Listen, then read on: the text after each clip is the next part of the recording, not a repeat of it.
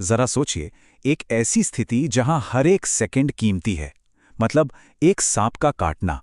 ये वो डरावना पल है जहां सही जानकारी होना सच में किसी की जान बचा सकता है।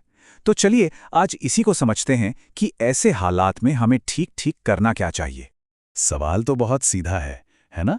पर इसका जवाब अक्सर उन गलतफहमियों से भरा होता है जो हमने फिल्मों में देखी हैं। और इस एक सवाल का सही जवाब पता होना किसी के लिए भी जिंदगी और मौत का सवाल बन सकता है। तो इससे पहले कि हम ये जानें कि क्या करना है, ये समझना बेहद ज़रूरी है कि क्या बिल्कुल नहीं करना है। क्योंकि जो तरीका लोगों के दिमाग में सबसे पहले आता है ना, असल में वही सबसे खतरनाक और जानलेवा गलती साबित हो सकता है। हाँ, यही वो सवाल है जो लगभग हर किसी के मन में गूंजता है। फिल्मों ने हमें दर्शकों से यही तो दिखाया है। एक हीरो बहादुरी से जहर चूस कर बाहर थूक देता है और जान बच जाती है। पर क्या ये सच में काम करता है?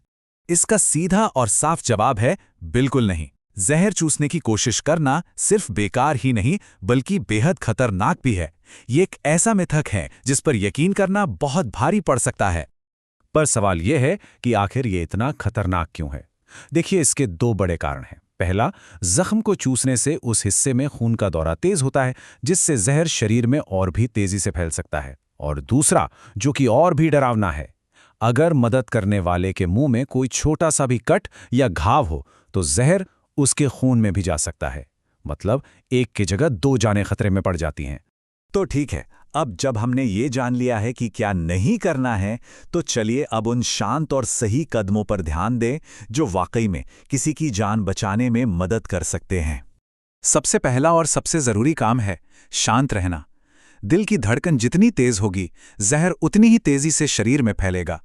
तो गहरी सांस लें और घबराहट को काबू में रखें।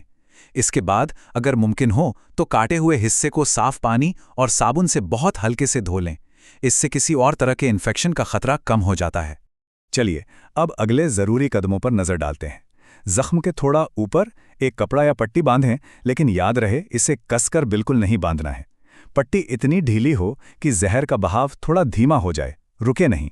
साथ ही काटे हुए हाथ या पैर को दिल के लेवल से नीचे लटका कर रखें। और सबसे जरूरी, ये सब करते हुए फौरन एम्बुलेंस को फोन करें। अच्छा, फर्स्ट एड देने के बाद कुछ ऐसी जानकारी है जो अगर डॉक्टर को दी जा सके ना, तो सही इलाज मिलने में बहुत मदद हो सकती है। और यहाँ दो ऐसी चीजें हैं जिन्हें याद रखना बेहद जरूरी है। पहली, अगर हो सके तो सांप कैसा दिखता था, उसका रंग, आकार या उस पे बने निशान, ये याद रखने की कोशिश करें। इससे डॉक्टर को सही एंटीवेनम चुनने में मदद मिलती है। और दूसरी बात, सांप ने ठीक किस समय काटा था, ये समय डॉक्टरों को बताता है कि जहर शरीर में कितनी देर से फैल रहा है। तो इस पूरी बातचीत का निचोड़ बस इतना है कि ऐसी स्थिति में घबराहट हमारा सबसे बड़ा दुश्मन है। एक शांत दिमाग और सही जानकारी ही सबसे बड़ा हथियार है। और आखिर में एक सवाल, क्या ये ज्ञान जो आज हमने समझा सच में कभी किसी के लिए जीवन और मौत के बीच का फर्क बन सकता है? इसे याद रखना शायद उन सबसे जरूरी चीजों में से एक है